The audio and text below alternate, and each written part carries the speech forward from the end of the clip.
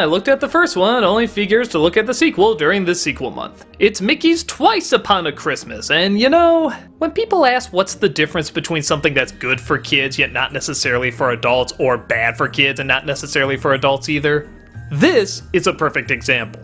The first Once Upon a Christmas was a simple but humble and sweet story. It was expressive, it was kind, it was a little corny, but the effort really shows and pays off. This is a cash-in you can smell from a mile away. Just look at it. I mean, look at it. I know it's direct to DVD, so the CGI isn't gonna be like Pixar quality, but look at it. The first one was direct to DVD too, and you can see all the great drawings, all the great atmosphere, expressions. It was impressive by its own standards. This, even by its own standards, is cheap looking and lame and not written well and heartless and empty and just, like I said, an obvious cash-in.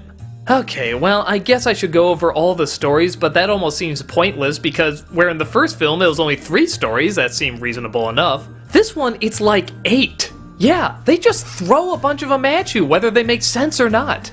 It becomes so much overload that the motivations aren't even established when the stories start. The very first story is just Daisy and Minnie skating. Well, okay, that's fine. But for whatever reason, Daisy tries to sabotage Minnie. Was that in her character? Is that something she's known for? I can see Donald doing that, but nothing about her has ever been established as this egotistical, jealous character. And then Minnie gets really angry too, and she starts fighting back, and it's just this entirely pointless number. There's another kind of mean-spirited story where Donald comes home from work, he's really tired, he just wants to relax, but then Daisy and the boys all want to go Christmas shopping and they force him to come with. He gets angry because Christmas is being shoved in his face and he just needs a break from it. But he shouldn't be. He's wrong.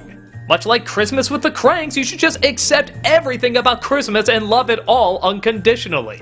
Seems like a very confused message. On the one hand, I can kinda see what they're going for, like you're just gonna need that extra effort to make Christmas special for your kids and your loved ones and stuff. But first of all, they're his nephews, not his kids. I still don't know where their damn parents are. Second, you sympathize too much for him. I want him to be by the fireplace. I want him to have his hot chocolate. I don't want him to go out to the store and have all this commercialism shoved in his face. Somewhere there's a sweet, nice idea trying to get out, but it's just lost. There's also this lame number about Max bringing his girlfriend to meet his dad, and most of it's a pop song that he's not really singing. Yeah, you never see his lips move, and the song doesn't really match the atmosphere. They're trying to make it sound like one of the songs you can hear on the radio, but it's not even vague enough to be a song that you can hear on the radio. They're obviously saying the dad's gonna embarrass me. I hope he doesn't embarrass me around Christmas. They can't even get Whoring the Fake Pop song right. Nobody would listen to this on their own, but the character's clearly not singing the song either, so it's just entirely confused.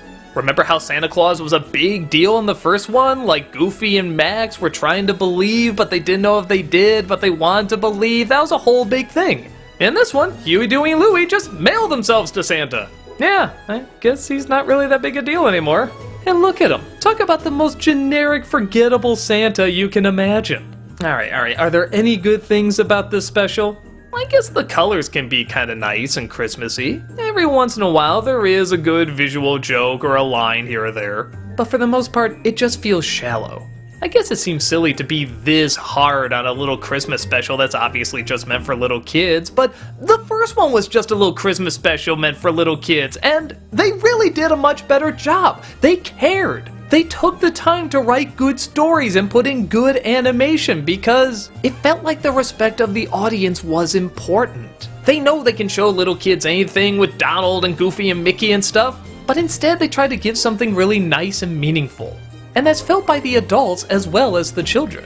This just feels like what it most likely is, a last-minute sequel. The first one probably made a lot of money, so they had to squeeze out a sequel, and this is what we got. A cheap knockoff with little to no heart. I can't say it's as bad as some of Disney's other worst animated films. I mean, I can't say it's Chicken Little or Home on the Range or Mulan 2, but it just feels lazy.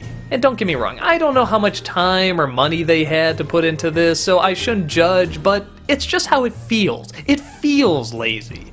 Can you show it to kids? Sure. Does it get across any mean-spirited or bad morals? Little debatable, but none that little kids will probably get. It's just a weak Christmas cash grab and nothing more. If your kid's really dying to see it, I guess it's okay to show, but in my opinion, I just put on the first one again.